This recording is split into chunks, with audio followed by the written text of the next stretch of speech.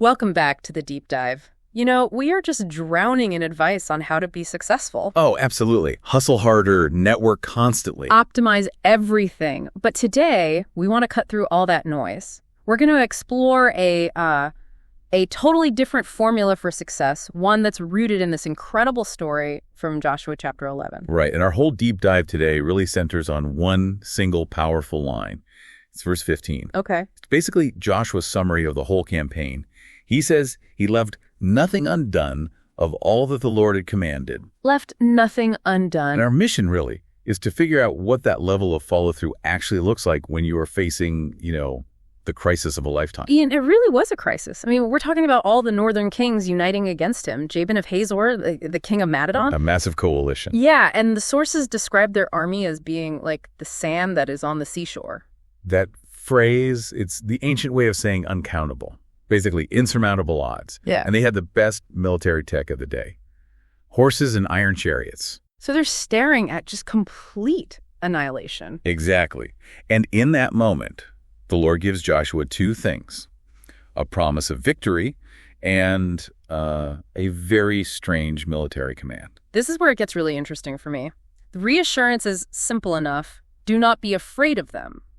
But the action plan, it's so counterintuitive. It really is. He's told, you shall hamstring their horses and burn their chariots with fire. Why would you do that? I mean, those are the spoils of war. Capturing horses and chariots would completely transform your own army. It would revolutionize their military, boost their wealth overnight.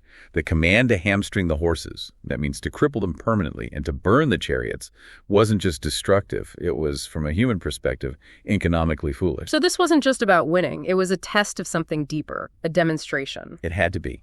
A demonstration that their trust wasn't in military hardware. And what stands out is Joshua's execution. He strikes suddenly, but the key is his absolute obedience. He holds nothing back for himself. Nothing. He did exactly as commanded.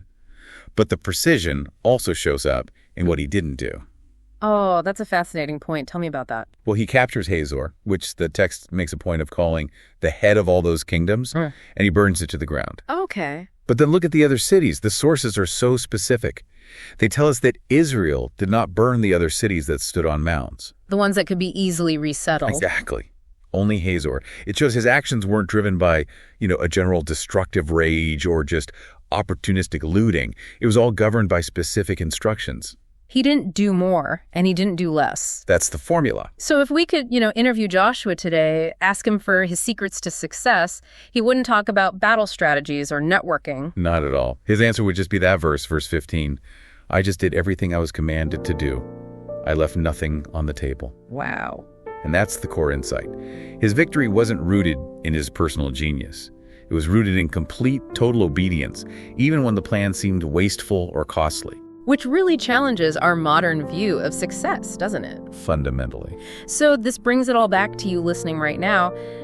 If that kind of absolute follow-through was the key to conquering an army that was, again, like the sand on the seashore, right, then what does that mean for our much smaller daily choices? Well, I think the question to really mull over is this. Where in your life today are you maybe tempted to follow your own plan? The one that seems smarter or less costly in the short term, instead of just trusting the specific instructions you've been given. Where are we holding back, afraid to burn our own chariots, so to speak? Exactly. Where are you holding back that last 10% because you're worried about the cost? Because what this story tells us is that's where true victory begins.